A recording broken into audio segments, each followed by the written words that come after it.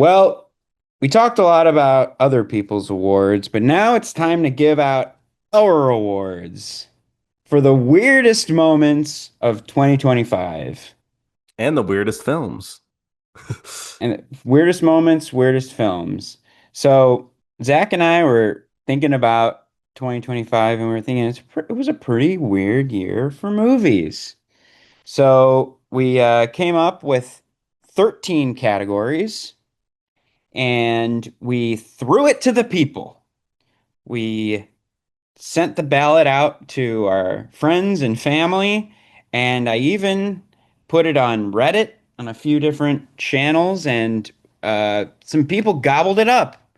In total, we got 117 responses. Wow. Over 100, folks. A fun hundo. That's great. We will just move through these awards. I have the answers. I'm keeping the tally. Zach has no idea who has won here. Okay. So this will be So this I is I could read the nominees and maybe you could read the winner or something. sure. Let's do it that way. But let's start from the bottom up. So we're starting with the below the line category of best artificial intelligence. And the nominees are Sophie Thatcher in Companion, Elle Fanning in Predator Badlands, The Entity in Mission Impossible Final Reckoning, M. Threegan in M. Threegan 2.0, and the AI assistant in The Shrouds. The winner is Sophie Thatcher in Companion with 44 votes. Was there a close second or not really? With 28 votes in second place, we had Elle Fanning in Predator Badlands. And then Nice. it went The Entity, Megan, and the AI assistant in the Shrouds. Yeah, The Shroud's probably the least seen of all those movies. Anything to say there, Dad? Nope. Glenn Pruitt's still with us. Thanks, Glenn. All right. Let's move to the category of worst dad. Yeah, this was a heated Not has category. nothing to you're not nominated, Dad. Don't worry. I should have been. Oh, For his role in Bingo as William Shakespeare. all right. The nominees for worst dad are Josh O'Connor in The Mastermind, Tom Waits in Father, Mother, Sister, Brother, Oscar Isaac in Frankenstein, Lee Byung-hun, No Other Choice, Stellan Skarsgård in Sentimental Value, Ice Cube in War of the Worlds, Sergi Lopez in Surat, Timothy Chalamet, Marty Supreme, Joel Edgerton, Train Dreams, Leonardo DiCaprio, One Battle After Another. I got to go with Tom Waits. Did you see that one? No, I got to go with Tom Waits. That's all. He's a pretty bad dad. Almost axed his daughter. Right. And you chop. And you chop. We were saying that we missed the opportunity to nominate Lockjaw for this Yeah, category. huge snub on our part by not nominating Lockjaw because he was the true bad dad. Biological dad, too. Yeah, exactly. So I mean, Leo's not even technically a dad, and he does his best, I think. I mean, he's a bit of Does a a better stoner, job than but Lockjaw. that's for damn sure. So the winner is Oscar Isaac in Frankenstein with 39 votes. Wow. I voted for Oscar, too. He treated the creature terribly. If you watch the movie, it's clear that he's the worst dad. Yeah. In second place, we have Josh O'Connor from Mastermind. Third place, Ice Cube. And then we had a few write-ins. Ruben De Jong from Predator Badlands. I think he plays the dad Oh, yeah, that was Predator. a bad dad. He like Yeah. cast out his own son. And was like, I'm gonna kill you, basically. And he killed his brother, right? Yeah, he killed the brother. He was a bad dad. We also have George Clooney from Jay Kelly was a write-in. Yeah, not great. He kind of missed out on his daughter's lives with by being an actor too much. Yeah. And then Woody Harrelson from Ella McKay, Oh yeah, that was a bad dad. another bad dad. It was Damn. a year of bad dads. We had so many nominees and we still missed out on some critical bad dads. Yeah. So, we'll do better next year. Yeah. I did see Surratt and then to see Sergi Yeah. Lopez get nominated, it's pretty brutal. Yeah. I mean, yeah, the poor guy. He was doing his best, He but was trying to be a good dad, but he did lose his daughter and kill his son. So and the dog too. Oh yeah, and the dog fucking too. God damn. The kid and the dog in the same van.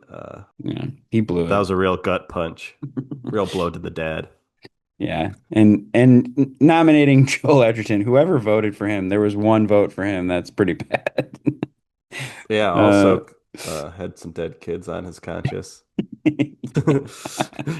All right. Dad to mom. The most primal mom. All right, the nominees are Jennifer Lawrence for Die My Love, Rose Byrne for If I Had Legs, I'd Kick You, Jessie Buckley for Hamnet, Zoe Saldana for Avatar Fire and Ash, Jodie Comer, 28 Years Later, and Amanda Seyfried, Testament of Anne Lee.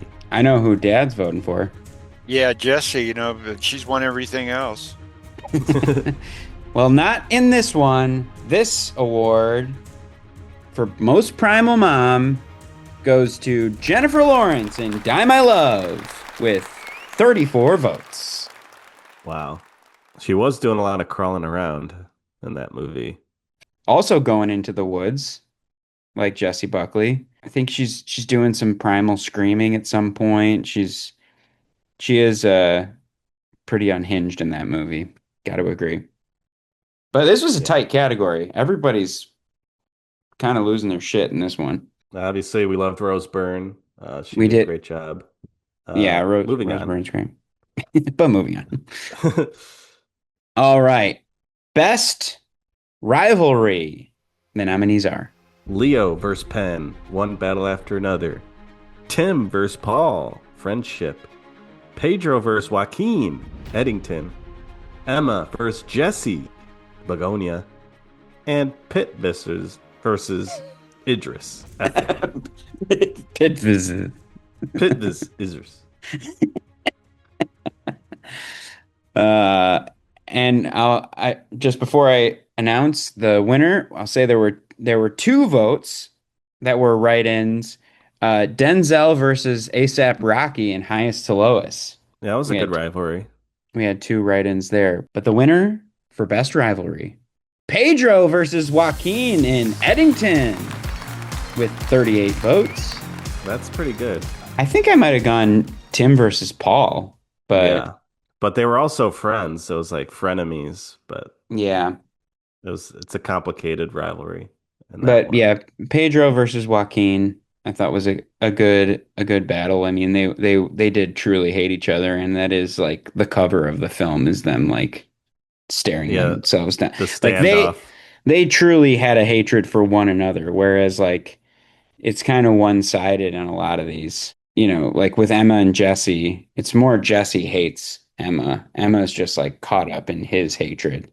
She doesn't really like hate him. She's more confused by his behavior, maybe. I would say, yeah, confused. I would say yes. All right, moving on. Next category is Creepiest Kid. The nominees are Ollie from Bring Her Back, Alex from Weapons, Fat Squirming Child Zombie, 28 years later, The Creature from Frankenstein, and Stephen Sondheim from Blue Moon. That was a last minute entry from you, wasn't it? Yeah. Yeah, I was proud of that. I didn't even realize that was Stephen Sondheim, who was the kid who's just like kind of staring at them at the Yeah, I didn't party. realize it either. Then Whitney, when she saw the movie, is like, "Oh my God, that kid's Stephen Sondheim." And then I'm like, "Wait, he would be great for Creepiest Kid." That's so funny because he is kind of So creepy. I'll give Whitney the assist on that one. And he came in second place with 26 votes, but Coming in first was Ali from Bring Her Back, the little Yeah. pregnant child, pregnant with a demon. Yeah. Now that I think about it, that movie could have been a contender for like best makeup or could have been a nominee. True. Like the makeup on Ollie was fucking gnarly. Yeah, I mean, I would say that movie is sneakily one of my favorite movies of last year. It definitely stuck with me more than a lot of the films that I saw. But yeah, I love Bring Her Back. I feel like a lot of people didn't like it. I mean, but I really thought it was great. Very upsetting. Who could forget Very- that chomp on the knife? Oof, eating the skin and The counter. just that image though of Ali like with the huge belly filled with like dead carcass or whatever, like just like wandering around the pool. Like that image is so haunting to me. And creepy. Quite So creepy. makes sense that he got creepiest kid. Congratulations, Ollie. Next category, best pet. Little whose little furry companion was the weirdest this year? Or just the best. We Or didn't just say the best. weirdest pet. It was That's true. We probably specifically should have best said pet. weirdest pet. Yeah. But We kind of fucked this up in many ways, but it's okay. You know, we're learning. this is our first time holding an award show, so there's a lot to learn. Yeah. But best pet, we got Moses the dog from Marty Supreme, Indy the dog for Good Boy, Bud the cat caught stealing, the hamster in If I Had Legs I'd Kick You, the double-headed cat in The Secret Agent, Ochi from The Legend of Ochi, Olga the cat from Sorry Baby, and Crypto from Superman. Crypto is a dog, by the way. Yeah, that was also a last minute entry and another oversight on our part.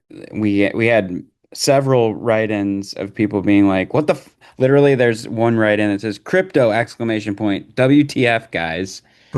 But I think we didn't think about it because, well, you didn't even see Superman, did you? No, And also, nor Crypto will is I. a completely CG creation. It's not there was no real actor there. So, but, I mean, Ochi's not an actor. well, there was a real puppet, and I feel like Yeah, there's a real true. puppet to the hamster. True, But true. most of these other They need to nominees be a physical being. Yeah. are real animals, real beings. All right. So, and the winner is It's a tie. I'm not joking. It's actually a tie. So everyone calm down. We're going to get through this. Focus up. Calm down. Remain calm. I'm going to name one winner. They'll come up, accept their award, and then I'll come back and name another winner, and then they'll accept their award, okay? Here we go. the first weirdo for best pet goes to Indy the dog in Good Boy. Wow. That was a good boy. It was a very good boy. I saw that movie on the plane a few weeks ago. And the dog is by far the best part of that movie. I did not find it scary at all and thought it was quite boring, but extremely impressive performance from Andy the dog. Yeah, very powerful, emotive eyes. Okay, and the second weirdo for best pet goes to the hamster in If I Had Legs, I'd Kick You. Yes. This made the movie for you, right, Zach? Yeah, that was my favorite part of the movie is the hamster scene. I was dying laughing. It's so good. It's so silly. It's like a little puppet at one point, right? Like it's a very Yeah. absurd part of the movie. Yeah. It's like skittering across the highway. It's like it's that weird screaming noise. I'm gonna have to rewatch that scene after this. I But need man, this category was a dead heat. I was watching this go back and forth. I was like, man, somebody's got to break this tie, but it never happened. And in a very close third place, or I guess second place, is Olga the cat from Sorry Baby. very cute cat. So Indy and the hamster both got 19 votes, and Olga got 18 votes. So this was a tight race, Nearly a three-way tie. nearly a three-way tie. Unbelievable. But you do got to shout out the double-headed cat from Secret Agent. What a cat. What a cat! I that was my vote. I loved it. I mean, that was actually what inspired the category for me The because that's category. you got it. So you got it. If it was weirdest pet, It would have won. you gotta go double-headed cat from Secret Agent, and that's a real cat. I mean, Yeah. at least I mean, it's gotta be. Yeah, it looked real. Look Ochi real to was me. a real weird one too. I thought you say she was a real cat too. A real cat as well. All right. Moving on to a very similar category. Best creature. The nominees are Ochi, The Legend of Ochi, two nominations for Ochi. Yeah. Shark Boy from Chainsaw Man, the movie, Reze Arc. Southern Squid Rays, parentheses, Navi name, Xiong. Xiong. Tai Song Yong. Tong Tong. From Avatar Fire and Ash. Paddington from Paddington in Peru. And the Creepers in Mickey 17. You threw in Paddington. That was a really funny one. I thought that was very funny. Before I announce the winner, we gotta shout out some of these write-ins. Somebody nominated Wolfman from the Wolfman movie. We're gonna get a new Wolfman this year from your boy. Eggers. Also, Frankenstein, the creature. That's true. We didn't. He really is. His name is the creature, and we didn't even nominate him for best creature. Just fucking up left and right. It's unbelievable. And then Kaiju in Superman. There's a Kaiju in Superman. Yeah, the kaiju is actually pretty good. Is a pretty funny creature. That's pretty awesome. They had a couple of those, but I also, so I just saw Predator Badlands, and that movie's full of amazing creatures. That's true. Namely, Bud, the child creature, whatever that creature that the predator is tracking down. That little He guy was a great creature. might have got my vote if it was nominated if I would have saw this in time. But man, that little guy just stole my heart. I loved Bud, and I loved Predator Badlands. I thought it was awesome movie. That's great. The vines and all the like alien flora and fauna and like the bone rhino or whatever. Like there were just like so many cool creatures and things to explore in that world. It was great world building. Underrated movie, or maybe it was rated well. I don't know. I I liked think it. a, yeah, I think a lot of Good people liked creatures. it, but I mean it kind of came and went. But the winner for best creature are the Creepers from Mickey 17 with 34 votes. Nice. In a somewhat close second, Paddington with 31 votes. I mean, people love Paddington. He's a very lovable guy. I wouldn't necessarily call him a creature, though. He's a bear. Yeah. Did I really put that in? I thought you did. I did I guess not. okay, I guess I did. I think I was trying to pad out the category. So Pad it out. All right, moving on. Best vampire. Blah.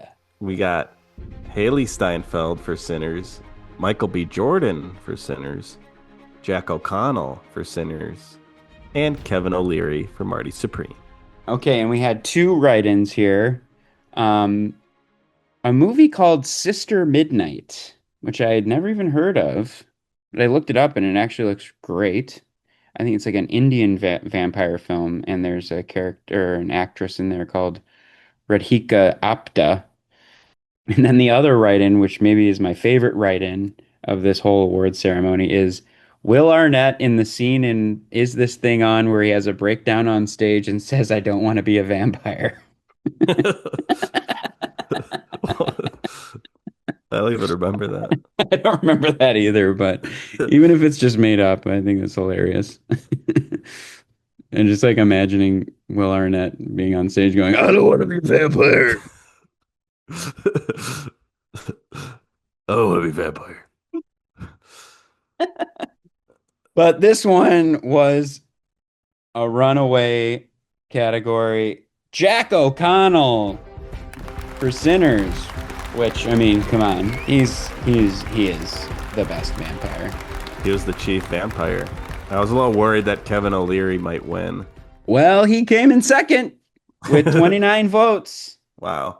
And that was my vote, just because it's the funniest answer, I thought. And I mean, he was almost a literal vampire.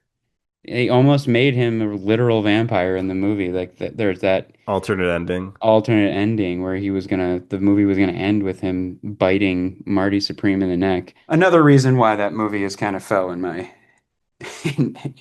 out of favor for me. Just imagining that alternative ending I was like, made you like the really? I movie need to less. fucking do that? Like, come on. But they didn't do it. I'm glad they didn't.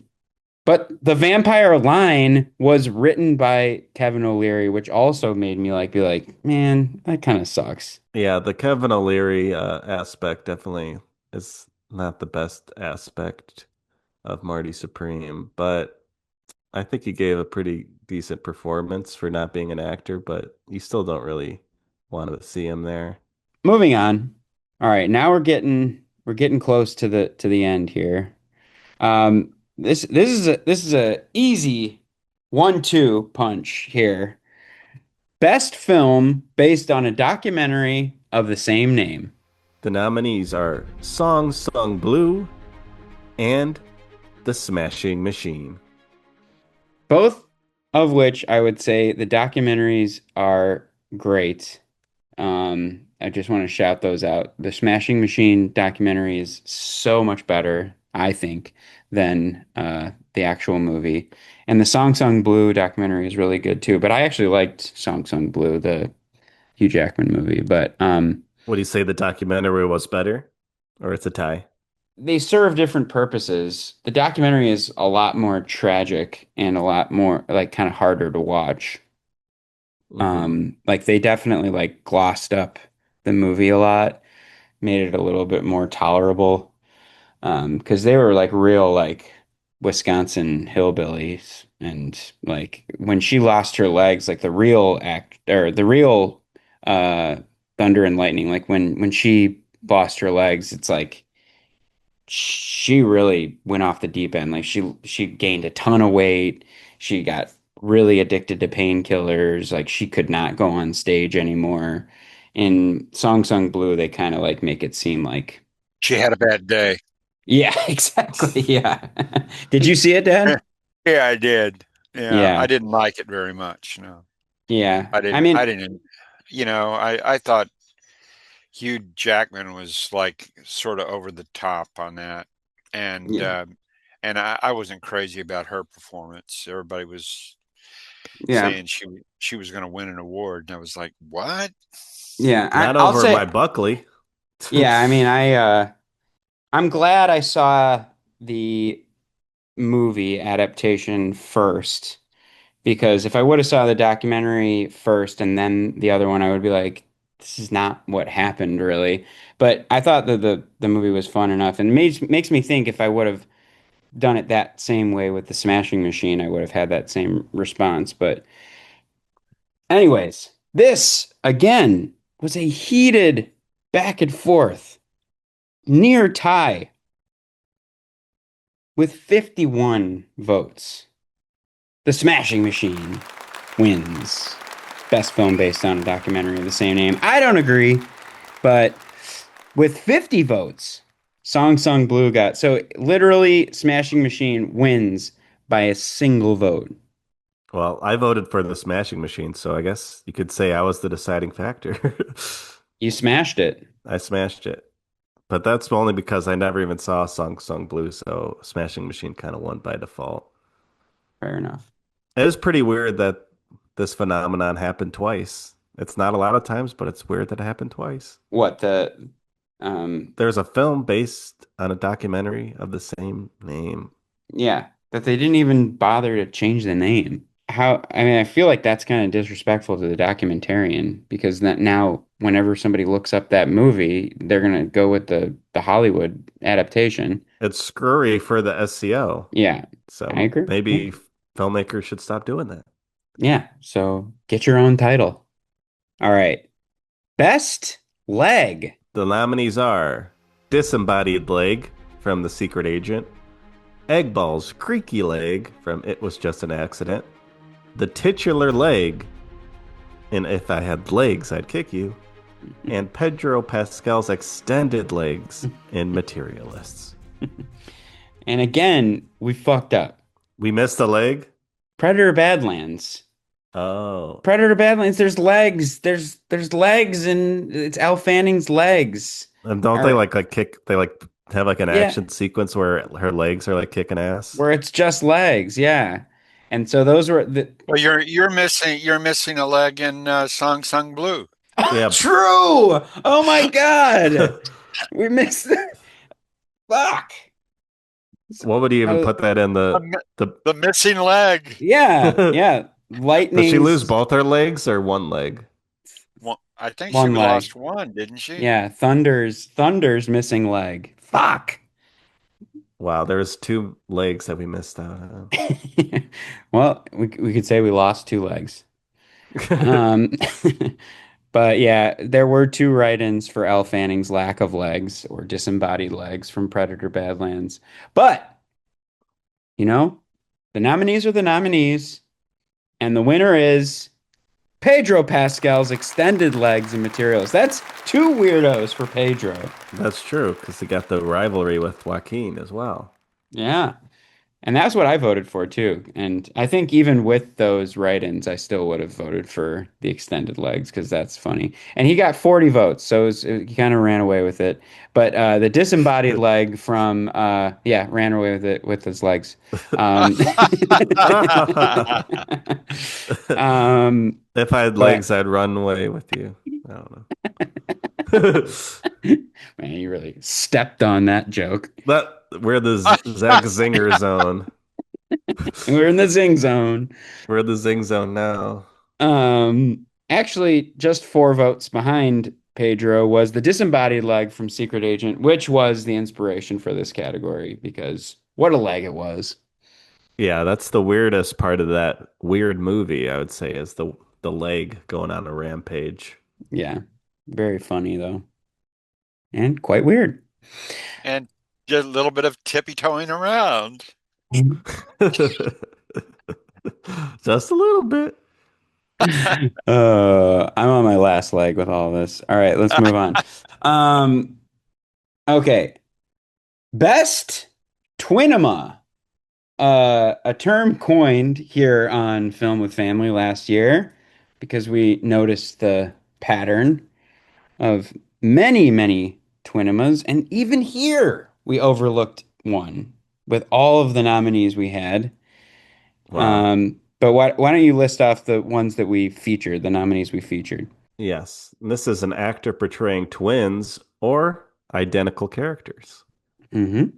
The nominees are Michael B. Jordan for Sinners, Michael Cera, The Phoenician Scheme, Robert Pattinson, Mickey 17, Theo James, The Monkey, Robert De Niro, The Alto Knights, Elle Fanning, Predator Badlands, David Cornsweet, Superman, and Dylan O'Brien in Twinless. And the winner is by a mile, Michael B. Ah, Who do you want to Who would have win? voted for, Dad? I thought Robert De Niro was great in that part. Really? You're an Alto Alto Knights Knights. guy. Oh my God! I was like, is that Robert De Niro? I mean, Is that him again? again? I don't know this whole twin thing. I can't get out of my mind the Patty Duke. Do you remember Patty Duke? No, You don't remember Patty Duke? I don't know what you're talking about. Well, she was president of the Screen Actors Guild for a long time, and Okay. actually, her son, Sean Astin, is the current president of SAG. Oh, Samwise interesting. Gamgee himself. Patty Duke used to have this show, and it was about twins. And Hmm. Patty Duke played twins, I remember It the was a theme TV song. show? Yeah, they walk alike, they talk alike, and even time the dot to die. You can lose your mind when cousins are two of a kind. Still they're cousins, identical cousins, and you find they laugh alike, they walk alike, at times they even talk alike. You can lose your mind when Cousins are two of a kind. Wow, that could be our theme song. Were they? So they were twin cousins. Yeah, I think so. Film with family. Yeah. But every time you guys bring up this twin thing, Twinema, I love Yeah. that Twinema. Um, I think of Patty Duke and that stupid sitcom back in this back in the '60s, I think. Well, Wow. we You said there's a uh write-in. well, no write-ins, but we Oh, realized late that Wagner Moura in Secret oh, Agent right. also plays Twinema. Yeah, he plays his own son later in the end of the film. So Wagner gets two roles. Yeah, but I think that one's forgivable. It's not a huge role and it's not like they're on screen at the same time or anything like that, but yeah. Yeah. Okay. Weirdest appearance. Let's hear the nominees. Stavros Halkias for Begonia. Staffy. Dave Bautista for The Naked Gun. Peyton Manning, Is This Thing On? Conan O'Brien, If I Had Legs, I'd Kick You. Tom Hanks, Freaky Tales. And most of the cast for Marty Supreme. Well, we had one right in here. This is pretty weak. Harrison Ford in Captain America, Brave New Oh, World. no. I wouldn't say that's an appearance, but the winner Yeah. here, this one was pretty tight. Let me go up. So tied for second was the cast of Marty Supreme and Stavi, but winning with just three more votes, with 30 full votes, Peyton Manning in Is This Thing On? Which I will say that was one of the biggest shocks of 2025 for me. I was like, what the fuck is that? And he's kind of good in the movie. I don't Yeah, know. He he's feels pretty like good. he's given a locked in performance. All right, and now the big award of the evening, weirdest film of 2025. Let's hear the nominees. Die My Love. The Shrouds. Ella McKay. Vulcanisadora. Freaky Tales. War of the Worlds. Materialists. A Useful Ghost. The Secret Agent. And Mickey 17. Well, we had a few write-ins here. Wait, was Begonia on the list? No, I think we should have probably put Begonia on there. Because that movie is weird. There were two write-ins for Begonia. We had one write-in for Regretting You, one write-in for Together, one write-in for Happy Gilmore. Two. Yeah, there was some weird stuff in Happy Gilmore. But with 25 votes, drum roll, Ella McKay is the winner of the weirdest film of 2025. Wow. Congratulations to Ella McKay, a James L. Brooks film. And I was watching this one closely, and it was a battle between Ella McKay and War of the Worlds. These ones were battling it out back and forth. But yeah, Ella McKay took it by 3 votes. War of the Worlds with 22 votes. Ella McKay with 25 votes. In third, Die My Love with 17, The Shrouds with 15, Mickey 17 with 11, and then Freaky Tales, Materialists, Useful Ghosts. And then Secret Agent was in there too. Wow. I actually watched War of the Worlds last night, and I think you watched Ellen McKay recently as well. I watched it last night as well. What did you think of Ellen McKay? Was it weird? Oh boy, was it weird. And I think that what we're learning from doing weird movies this year is that weird and bad are very closely related, whereas fun and good were pretty closely related. The more fun a Yeah, movie was, the more good it was in right. our estimation. And then like the weirder a movie is, the worse it is. So I don't know. We'll see. I mean, we'll see I how it think all you're shakes right. out in the end. But did you? Yeah. So we're Al McKay, very weird movie. I was cracking up in the first 20 minutes. Like just the whole fact that it's that it's like the narrator is Marge Simpson. Hi, I'm the narrator. Yeah, and that she announces herself as the narrator, and there's something about her going, "I'm nuts about her," like just crack me up. And then like there's just so many funny moments. Like there's the moment when she's announced as governor and her husband like breaks in.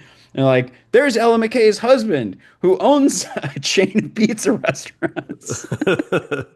there's, there's Just just jam like that in there. there's just so much exposition just flying off the handle. Like her hair is different in every single scene.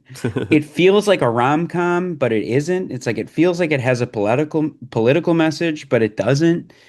The brother was such a weird character. Like he was giving me kind of Walter Jr. vibes from Breaking Bad, but like like he's agoraphobic, but he's not agoraphobic. Like there's just like so many weird contradictions in it. Yeah, he has a very weird scene with Iowa Debris. Like that Yes. whole scene was very strange. The cast is wild. I mean, Albert Brooks is the best part of the movie by far, but he's wearing that wig, that awful wig in the movie. And he's just totally underserved in the movie as well. Like if there was more Albert Brooks, maybe it could have saved it, but um and then there's that weird scene where she's getting stoned and it's like Oh yeah. she drinks an edible which didn't exist in 2008. Oh, I forgot the movie's set in 2008.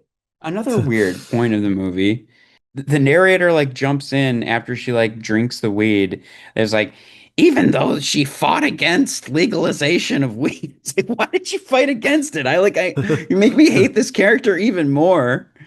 Yeah. And then like the whole thing where the husband, this whole scandal is totally overwrought. Like the husband blackmails his wife to be co-governor or else he exposes that he bribed a journalist with $7,500 because they had sex in a closet on government property. Yeah, like in a government building. That is the most insane plot point I think I've ever heard. Like it's just so convoluted. Yeah, But yeah, the movie bad. is wild. So I think a well-deserved Weird Award. Yeah, I did not like the film, but you know, there is something kind of entertaining about how weird it is, and Yeah. it does feel like it's trying to harken back to maybe 2008, a Yeah. simpler time in movies. Yeah. There's something about it that does feel like it's of its time. That it's trying to portray in the film, like the film itself. But what did you think of War of the Worlds? It kind of was it was a bummer to watch. I think it was hard to sit with for all 90 minutes of that. Yeah. Though there was some pops of laughter because Ice Cube gives some funny reactions to things he sees on his computers at some point. His Damn. kind of his understated kind of reactions to the aliens taking over the world. Holy Yeah. shit. Yeah. Damn. But I did think it was weird. That was actually my vote for weirdest film. Yeah, I mean, the whole movie takes place like a what do you call it? It's just like a screen grab of his computer. You're just It's watching like him a open up Zoom. different apps. Yeah, it's a lot of Zoom calls Yeah. and him using Google, him looking at surveillance footage, and him watching the news on his computer. He's got a couple tabs open. He's Yeah. he's he's voice calling his kids. He's watching his kids through surveillance cameras, making sure they're up to nothing bad. I don't know. hmm Yeah, it is a weird movie. I haven't watched it in a while, but I kind of loved it. I thought it kind of rubbed me the right way in terms of like a so bad it's good. So it's like I gave it 1 star, but I gave it a heart. It's like one of those. It's like Yeah. it's a bad movie, but I liked it. I guess there's other movies like this where it's like it all takes place in like a Zoom room or like it's a hmm computer screen movie. Like there was like Yeah. a horror movie from 2020 called Host. Or Unfriended. Yeah, Unfriended. So it's not like it's invented this as a hmm concept, but something about the execution of this one hmm just feels very strange and some really bad CGI for the aliens and Yeah. it's a weird one. It is a weird one. Yeah. I was thinking when I was watching, it'd be cool if they released the raw footage of all of like Ice Cube's reactions, just to let video editors like have fun with like different whatever he's watching. We should just do a smash cut of every time he's like, "Damn, What the hell? get out of there!" It's like he's like literally watching his son like seconds away from dying. He's like, you gotta get out of there. Or was it his daughter? Or I don't even remember. They're both in peril at different points. And then he Yeah, finds out his son is the disruptor, which is right. he's like, "It's you?" Oh, man.